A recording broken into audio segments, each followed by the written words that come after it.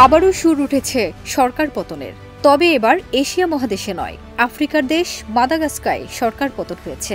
Gen Z বিক্ষোভের মুখে পতন হয়েছে মাদাগাস্কারের প্রধানমন্ত্রী নৎসে সরকারের। দেশটির প্রেসিডেন্ট আন্দ্রে রাজোয়েলিনা বিদ্যুৎ ও পানি সংকটের বিরুদ্ধে জেনারেশন জেড বা জেনজিদের বিক্ষোভের সরকার ভেঙে দিয়েছেন। 29 সেপ্টেম্বর টেলিভিশনে দেয়া এক ভাষণে প্রেসিডেন্ট এই ঘোষণা দেন। এলএমই সার্টিফাইড বিশ্বসেরা কপারে তৈরি ওয়ালটন কেবলস, যা আপনার স্থাপনাকে রাখবে সব সময় নিরাপদ।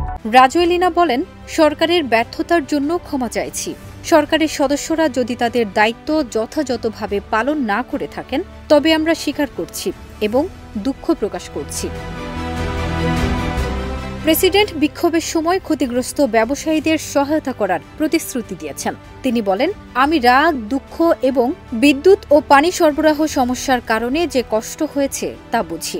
আমি আহ্বান শুনেছি, কষ্ট অনুভব করেছি, দৈনন্দিন জীবনের উপর প্রভাব বুঝেছি। 25 সেপ্টেম্বর থেকে শুরু হয় এ আন্দোলন। টানা কয়েকদিন চলতে থাকে এ বিক্ষোভ। দেশটির রাজধানীতে তরুণদের নেতৃত্বে বিক্ষোভকারীরা জীবনযাত্রার ক্রমাবনতি, ঘন ঘন লোডশেডিং ও পানি সংকটের বিরুদ্ধে রাস্তায় নামে। এর দায়ে বিদ্যুৎ জ্বালানি মন্ত্রীকে দায়িত্ব পালনে ব্যর্থতার অভিযোগে বরখাস্ত করেছিলেন প্রেসিডেন্ট। এদিকে জাতিসংঘের মানবাধিকার প্রধান ভলকার টুর্ক নিরাপত্তা বাহিনীর অপ্রয়োজনীয় শক্তি প্রয়োগের নিন্দা জানিয়েছেন।